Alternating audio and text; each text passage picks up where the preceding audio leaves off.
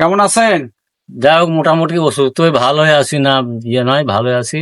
হুম ভালো হয়ে বিপরীত এখন মনে করে চিকিৎসা করতে পারতেছি না। আমি অসুস্থ, হুম বয়স্ক হয়ে গেছে আমার। আমি দিন মজুরি করে আগে খাচ্ছিলাম, এবার ছোট বাইরে আছে, ছোট যাই হোক কিছু কাজ করে ওখান থেকে কিছু কিছু দেয়, ওখানে এটা সংসারটা টানে আর কি। আচ্ছা, ওইভাবে সংসার চলে।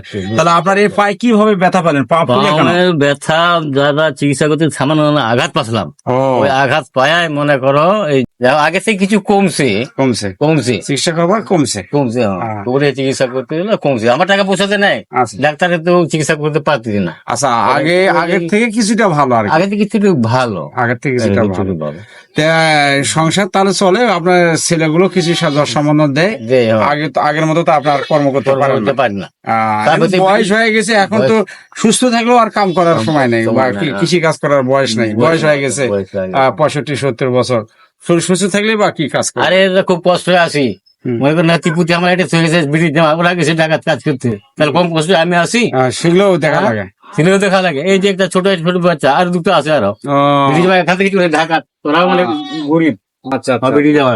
আচ্ছা। আর এই যে বাচ্চাগুলো আমরা পালি, নাতিপুতি গুলা এটা তো দুনিয়ার নিয়মই, কারণ বেটার বাচ্চা বা বেটির বাচ্চা এগুলো অনেক সময় অনেকের ঘাড়ে পড়ে যায়। ঘরে পড়ে যায়, হ্যাঁ। ঘাড়ে পড়ে যায়। ঘরে পড়ে যায়, ওরা তো কি হলো করে যায় এখন? ওই যে শাস্ত্রীয় কথা আছে যে আমের থেকে কুয়ের স্বাদ বেশি। পয়সা দিচ্ছে, তো হ্যাঁ। বাচ্চা কাছের থেকে নাতিপুতির উপর দাদা দাদি নানির বেশি আদর বেশি আদর, হ্যাঁ। আদর থাকে। হ্যাঁ। তো ঠিক আছে, আপনি যেহেতু সংসার অক্ষম, এখন বসে আছেন, হয়তোবা নাতিপুতির বা বাচ্চা কাচ্চার যশ সামান্য সহযোগিতাতে সংসার চলে। চলে, তো যাই হোক, আমি ওই আমার ছোট- বাড়ি ঘর করে দেখতেছি না, হ্যাঁ, ঘর বাড়িতে দেখলাম। এরকম মনে হয়। তো যাই হোক, আমি ছোট ছোট আকারে এখনো বেশি কিছু টাকা পয়সা কাউকে দিতে পারি না।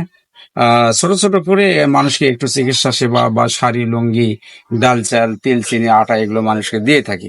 তো যাই হোক, আমার মনে হলো যে সেদিন আপনাকে দেখলেন বা আপনার কিছু টাকাও দিলাম, আচ্ছা, হ্যাঁ। তো মনে হলো যে যাই যত সামান্য কিছু টাকা পয়সা দিয়েছি, অন্তত 20 বেতার বই টইগুলো কিনে খাই, না, ঠিক না?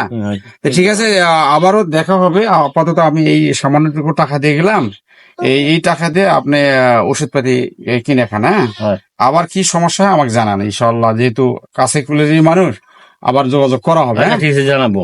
আর আমার জন্য দোয়া করবেন, আমি যেন বেশি বেশি করে অত্র এলাকার গরিব দুঃখীদের খুঁজে খুঁজে যতটুকু পারি পারেন। নিজের ব্যক্তিগত উদ্যোগে মানুষের সাহায্য সহযোগিতা করতে পারি, ঠিক না? আচ্ছা, ঠিক আছে। আপনার আমার জন্য দোয়া করবেন। শুধু দর্শক দেখলেন, এর একটা আদিবাসী সম্প্রদায়ের লোক, বয়স 70-75 বা 80 হয়ে গেছে।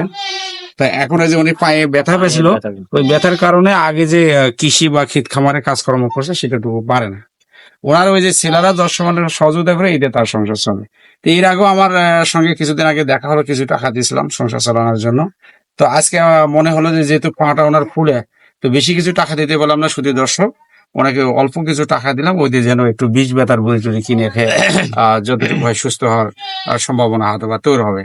তো শুধু দর্শক, দেশ এবং দেশের বাইরে থেকে যারা আমার এই ভিডিওটা দেখলেন, অবশ্যই ভিডিওটা কন্টিনিউ করবেন এবং ভিডিওটা শেয়ার করে সামনে যাওয়ার সুযোগ করে দেবেন।